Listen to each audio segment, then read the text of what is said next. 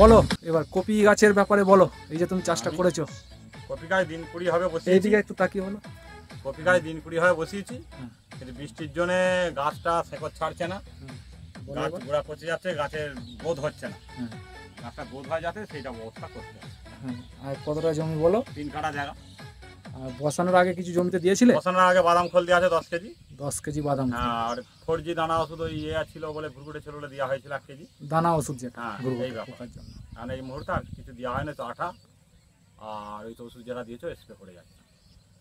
মোটামুটি শেকড় ছাড়ার ওষুধ দিয়েছো, ধসার ওষুধ দিয়েছো। হ্যাঁ, তো গাছ মোটামুটি তোমার জমির গাছ মোটামুটি ভালোই আছে দেখছি। যেটা আমি তো আমার খারাপ লাগছে, আমার তো এরকম গাছ হলে হবে না, বা গাছ গোল হতে হবে।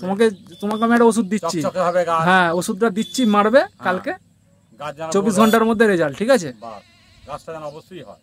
তো আমার মনটা খারাপ হয়ে যাচ্ছে তো, নাহলে আমি তো এরকম চাষ করি না, কিন্তু চাষটা হচ্ছে না। তো দেখুন দর্শক বন্ধুরা, এই হচ্ছে কপি জমির অবস্থা, আমি পরিদর্শন করতে এসেছি। এটা এখানে একটি সমস্যা হয়েছে।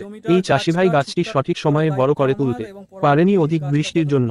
এই জমিতে জল জমে, আর ঠিক এই কারণের জন্যই আমি জমি পরিদর্শন করতে গিয়েছিলাম। কি করলে জমিতে জল বসাতে হয়ে গাছ মারা যাবে না সেই বিষয়ে জানতে চাইলে আমাকে ফোন করুন, নম্বর দেওয়া আছে।